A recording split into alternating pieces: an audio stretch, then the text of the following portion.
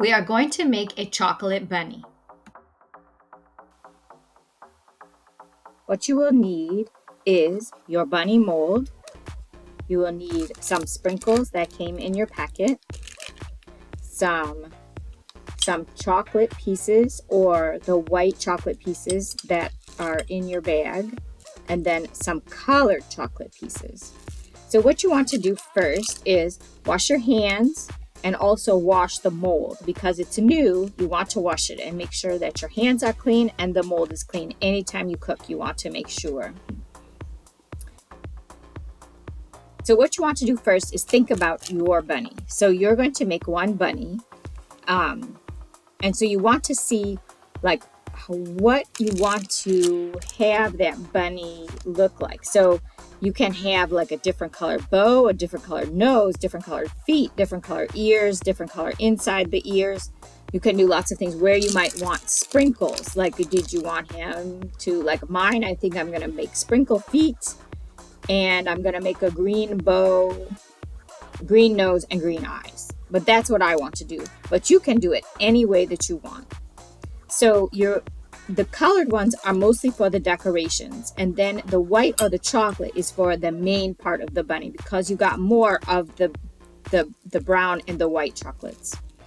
So let me just explain a little bit about these chocolates. Is that these actually have chocolate in them, the brown ones. The white ones and all the colored ones have no chocolate in them, and they're made from just a mixture of other ingredients. And so these are called candy melts, or sometimes they're called merkins. But when you do this, you can also use chocolate chips from the grocery store. So say you had you wanted to use butterscotch chips, or the white chips that they have. Sometimes they have other flavors of chips. You can use them. You might want to add just a tiny dot of oil or coconut oil into whatever chocolate you're using to make it it makes it harder and kind of a little bit more cracky than kind of mushy. So just take a moment and think about what you want your bunny to look like before you move ahead. So the next step is that you want to melt your chocolate. Now, you don't want to melt the main color for his or her body first, right? Because you're going to do the face first. Now, if you are just feeling like, I just want a chocolate bunny or a white chocolate bunny, and I just want to dump the chocolate in it, then just go ahead and melt this one. But if you want to do decorations on your bunny for the chocolate to be really sweet looking, then you want to just melt whatever colors you want on its face. So whatever colors you put down first will end up on the front of the rabbit, because you're going to push this out after it's solidified. You are going to push this out, and then all the things that were like on the very bottom are going to be on the front of the bunny. So first you want to go and melt whatever colors you have. So you want to have like a little bowl or little cups like I have, whatever, to put them in to microwave them. Now what you want to do is microwave them at about 15 seconds, and then kind of stir, and 15 seconds and kind of stir. And then whenever it's almost like where there's no pieces left, then you stop and stir, and the last pieces will just melt in with the rest. So you don't want to do it too much. Like, don't put it for a minute and walk away, because you're going to end up with chunks, and then the chunks you cannot put into the mold. So go ahead and melt your first color. So now this is melted, as you can see. So now I can use it almost like I can paint inside this mold. So I'm going to paint his little nose.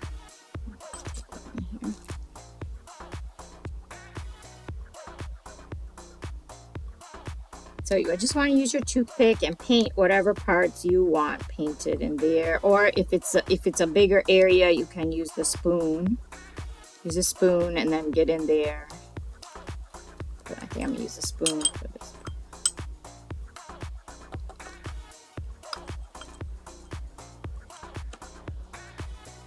So it's a lot like painting.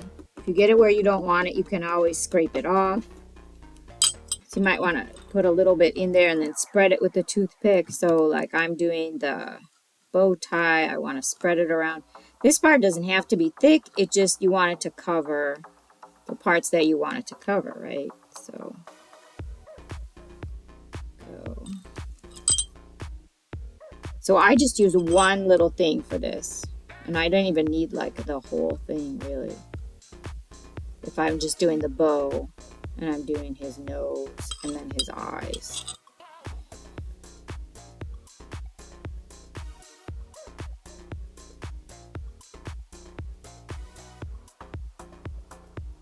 Okay, then I'm going to open up my sprinkles. Like everybody got different kind of sprinkles. These are straight. Some people got ones that are round. So I'm just going to dump those into his little feet. Doesn't have to be deep because, I mean, unless you want the sprinkles to be like when you bite into it, you know, oh, the sprinkles are all the way through there, but so now that one is done. So this is how it looks.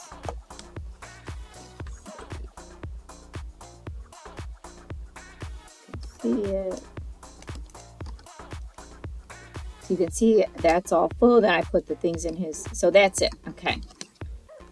So now I'm going to go and I'm going to melt the chocolate. I'm going to go get another spoon because I don't want to mix up the green and the brown.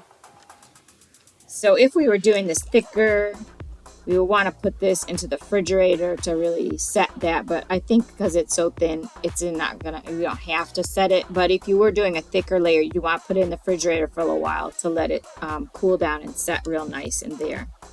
So I'm going to go and I'm going to microwave these again. But if you don't have a microwave, you can use a double boiler, and you would have to ask your parents how you do that. Like you do it over hot water, but you would need parents' help for that. So this is, again, remember, just about 15 seconds at a time until you see it's almost all melted, but not all the way, and then it'll melt the rest of the way.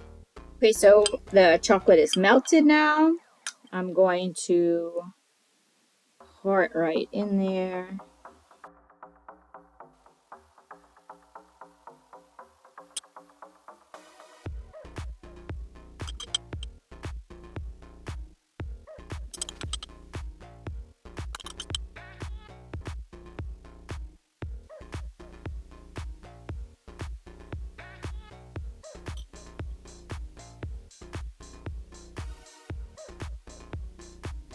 Okay, once you're finished, you can kind of tamp it down if you want, and then you're going to take it and put it in the refrigerator.